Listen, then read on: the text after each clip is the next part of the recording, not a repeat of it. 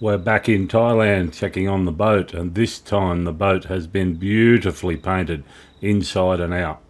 I know it doesn't look much, but they've built individual tents over both the 58s that are being constructed at the moment, and the paint job is absolutely beautiful.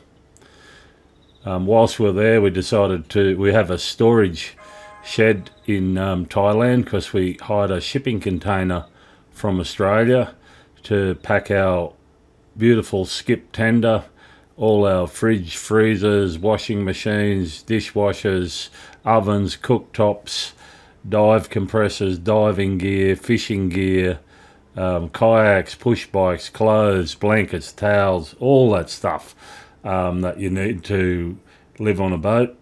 And we're very, very happy with the freighting company, or the international removalist that organised all this for us. It came completely undamaged.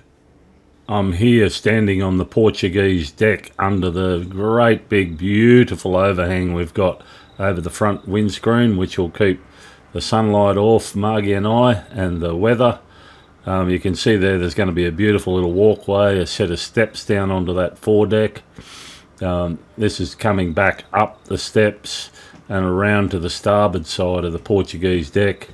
And we have a door, I think it's about 670 wide, on either side of the helm that'll open out. And that's from the helm looking down the curved staircase. This is our great big chart table with storage, and we're actually going to have a pop-up TV that comes out of that cabinet, so that when we're relaxing on the lounge we can watch the sport or cricket, or we can watch a movie. That's going to be a bar with a sink, set of drawers, and a built-in fridge. Then we've got a rear door onto what we call the toy storage area. There'll be a crane in that corner. We'll have our kayaks and push bikes stored up here. I have James here answering some more questions on construction and design. Well, we focus on the front impact because we figure that's what you're going to hit as you're going forward. In the Philippines, always rarely go sideways. In the Philippines, usually our problem is we're worried about the siding walls. That was the reason why I asked. So in the event, Okay. Well, the strength of the bottom is higher than the side on this boat. Yeah. To meet the ISO standard conditions. Right. And the design loadings. Right. We feel we're pretty strong. I don't want to put too much more weight in it. You know. Gives me a better It's night to really sleep. strong. You know. Give me a better night to sleep, but just in case, for the sake of that, it's possible. Yeah. Look, you've heard that S-Class has a higher Tensile strength, yes. tensile strength. 40% higher, actually. Something like that. Yeah. What's the cost? Doesn't matter. It doesn't Taking matter. a boat, it costs more. Yeah, it's true. I've been to it. That's the problem. Yeah. Margie and I are very happy with how the rear cockpit's coming together. This cabinet on this side is going to have 2 cupboards and a set of drawers with an induction cooktop on the top. And you can see there where I'm pointing, that's where the glass will come out of the back of the cabinet. Here's a shot of the actuators that we supplied. They do lift 2 ton, these. They're electric. They'll lift the glass up and back down. They're quite slow, but we figure that's not a problem. There's one on the port side here, and there'll be one on the starboard side in the back of the lounge. It's easy. What if the handler delaminates? Well, it won't if we infuse the whole thing at once with the vinyl. Vinyl esters, you get away with carbon and Yes. Kevlar with vinyl ester resin, and we use a really good quality Lloyd's approved. If it's Cavalier, it'll be a great choice. Kevlar. It's a great choice. You S-Class whack a bit in is... the side in case you your bullets. That's all. That's fine with me. That solves my problem. That's one of my main problems. We're not sailors, and I'm paranoid with specific sets of questions, problems that I may run into. Maybe not a common sailor problem, but it's my inability to handle it sometimes. So I'm trying to be like them, and it doesn't mean that I am capable of becoming them. I'm no grease monkey in any way. Yeah, that's okay. Well, So- I reckon Kevlar's the answer. If you say the Kevlar is the And answer, then we you can don't have- probably keep the same wait. same glass weight, same laminate weight. Cool. Only on the outside, and then look, ask my engineer whether he's got to put something to balance it up on the inside as well. But there's a ratio between the outside laminate and the inside laminate. Cool. But I need a smarter person than me. No, yeah, you need one of those. Yeah, you need I one need of those. that both ones to do number it, guy. yeah. Yeah. Okay. So the foam thickness on the waterline area is how thick do you use? 30 It's mil? 30 mil and 25 mil on the top side, 25 mil on the deck. Bulkheads range from 40 mil, 30 mil, 20 mil, depending on the stiffness and their spacing. If you've got too close together, you can have a lighter bulkhead weight or thickness. This is our soon-to-be gourmet kitchen and saloon area.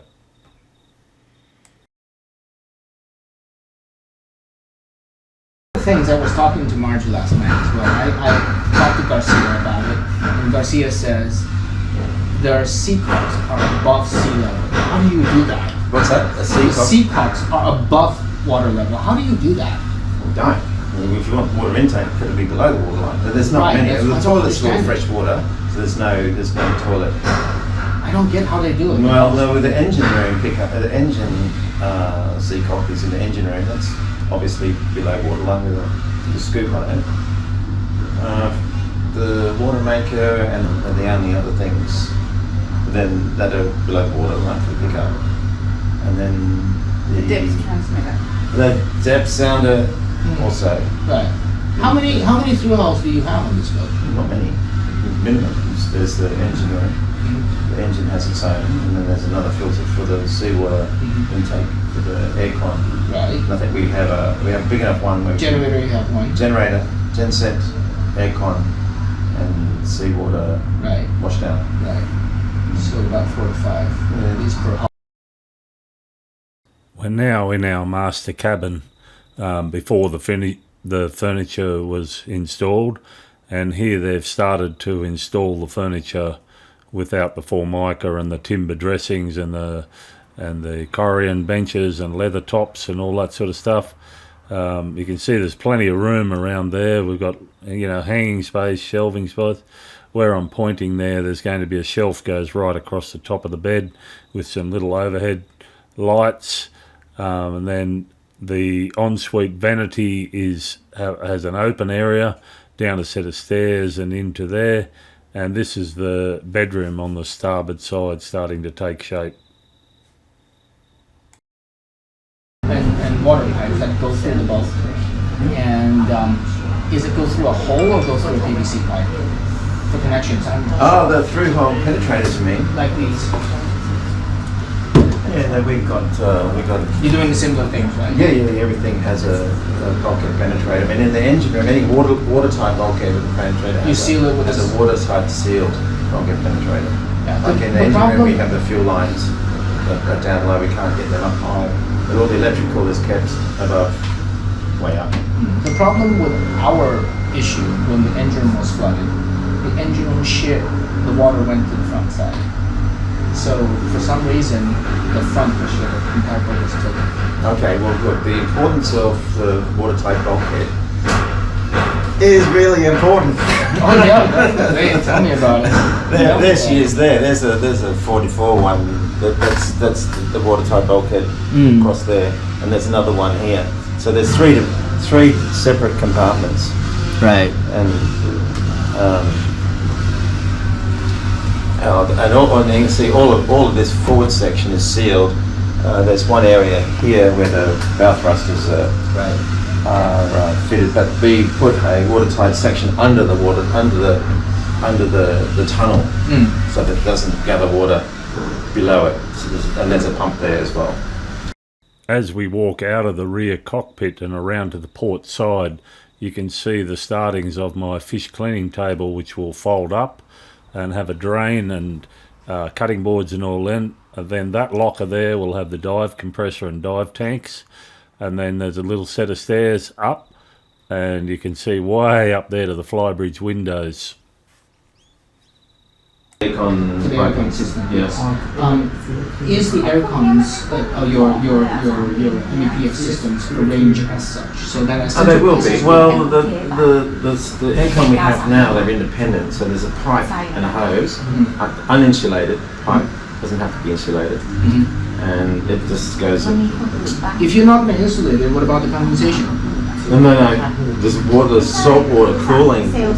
Oh! So there's salt water cooling that takes the heat out of the condensers or the I fans, see.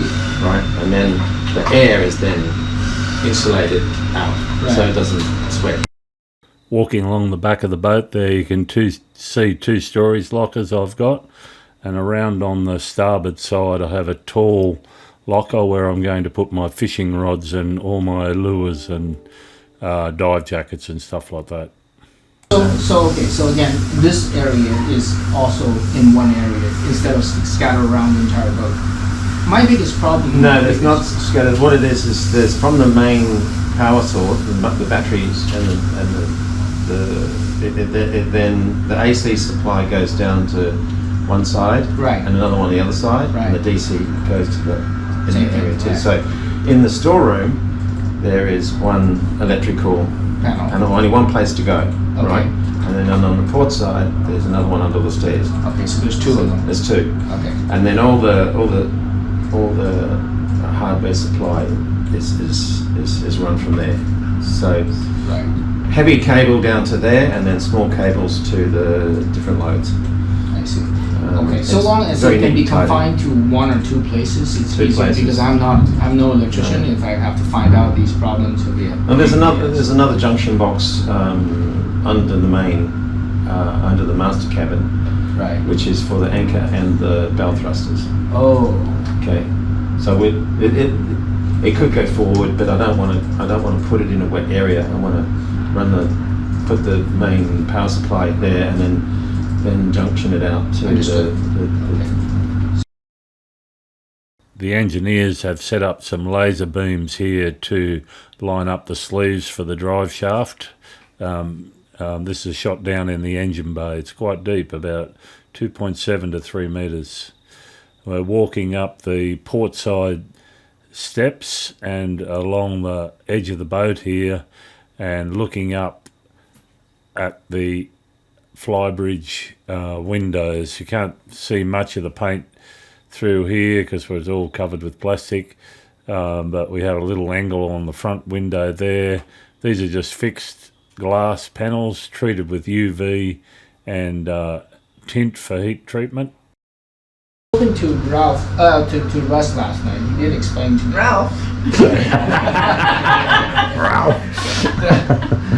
Well, he did explain to me about the engineering of the wiring system, because electricity is something that I'm not very good at. I'm in fit out. We're not. I'm not an electrician, but we've got some very clever people who are. Yes. And it's not just Bernie's done the design work. He's given us. It's all master bolt and BEP gear. There's no mix and match. Only master That's the bolt. question I asked. And then again, the diagrams being certified by an Australian AMSA electrical surveyor. Right. That's in process. He's coming to check your boat. The side of the hull, you have a lot of compartments with diesel tanks and motors and so on and so forth. So in theory, if there is an impact, it's not reachable, is it? Say for example, this is the boat, and in a very unfortunate event, I scratch this section. So there is no way I could, it has a big crack, I can see the leak, but there's no way for me to reach there, is there? We're not planning on that happening. It did happen, I never planned on it either. No. Okay, so the fuel tank tops are about 300 mil below the waterline when the boat's full. And No. What I did was I sent her a message saying you I can't do did it today, take and I hold rescheduled so that it's a catastrophic event anyway. email in that same email. So I'm going to lose the boat I anyway. sent her another No, link where she because had you've got all the other scheduled compartments holding you up. Yeah, so she It's doesn't- very she well doesn't really- compartmentalized. Well, there is The one entire- thing I can tell you. I can tell it's you very that- difficult for catamarans to sink. First-hand experience. Well, there's I think it was either Friday I or need to Monday do when I the sent that. It was do the I exercise. but I'll resend it. We're walking on the front deck of the boat here, and where I'm pointing, that is where the anchor will come up into the boat. The centre locker there is the chain locker, and then there's a storage locker either side, and a great big storage locker on the port and the starboard side. That's about 3 metres by deep by about 3 metres by 2 metres by 1.5. That's a couple of lights, hatches into the front bedroom, and an opening window on either side of the front bedroom. And then we're looking back down along the boat and up to the Portuguese deck. There'll be a set of stairs go up there. Crew down in there. There's room. There probably is room, eh? Oh, Sure, for a couple of 5 people could Well, live I there. I'll put tell it- you now, if you're on board, right, and the crew are working, they're not awake. I mean, they're not. Sorry, They're not in there. they're not asleep. They are taking a watch, and they are taking care of the boat. 2 of them will be awake. If you've got a third one, they'll rotate I don't know. I think the most we'll have is 1 or 2. 1 or 2. So you'll have the captain and an engineer cook. This is where our overhead horizontal crane is going to go through that head there and come out a little hole at the back of the flybridge roof, and then it'll drop a hook up and down. Polished fuel going into the tank that you're going to take your fuel from to the engine. So basically, his logic is the same, similar to what Bering does. So Alexis was telling me that they have a one day is tank. each side, Yes. each side. and It's not a day tank. Look, there's then also the other option. side also. But But also, how do you make a day tank in the middle of 2 hulls? It's not the middle. It's 2. So 2 days. It's 2,900 litre tanks, right? So all right. So let me get this straight. Each So- side. Now the fuel polisher can do this. We have a set of 4 solenoids, right? We don't at this stage we could send the fuel from port to starboard and starboard to port You can. if we added some more line and another set of solenoids, right? But we've got 4 solenoids. 2 chooses to pick up which tank you want it to pick it up from, and this is all controlled by the CISO. Right, so on your screen you go clean front tank, and it'll pick up from the front and put it back in the front, and it'll just go clean, and it goes through the LGX magnet. Right. It blows apart Blows apart particles out. any small microbes that have decided to live, Right. and then it's got another ray called filter which filters it for water and Right. junk. And there's a reporting. There's a control system that tells you when you need Right. to clean your filters. Okay. So Then, Yeah, sorry, right. one more thing. You can tell it to clean this tank, Yeah. then you can tell it to clean this tank, and you can tell it to put fuel from here to here, and fuel from there to there. Just Yeah. 4 solenoids do that. Really clever. So on both sides of the hulls, or just so you have One each side. So okay, so you have a polishing system on Yeah. each side of the hull. Okay. Yeah. If we're thinking, if you want a good sounding better, bolt, that's better. get good sails. Want a good engine? Got a good motorboat? Get a good engine And a water polishing. and a good clean fuel. Your engine will live forever. Yes. I'll tell you this because I'm not without sin. I've done a system like this. It's a wrong system, and it is with a high riser from your exhaust system. First of all, the engine has a water mixer on the engine. Now Yamaha specify that the top of this should be 300 mil, at least 300 mil above the waterline. Right. Right. That stops any seawater coming back into the engine. Right. I think 300 is minimal. We make it 400, and this is allowing for the change of water level with the load of the boat. Right.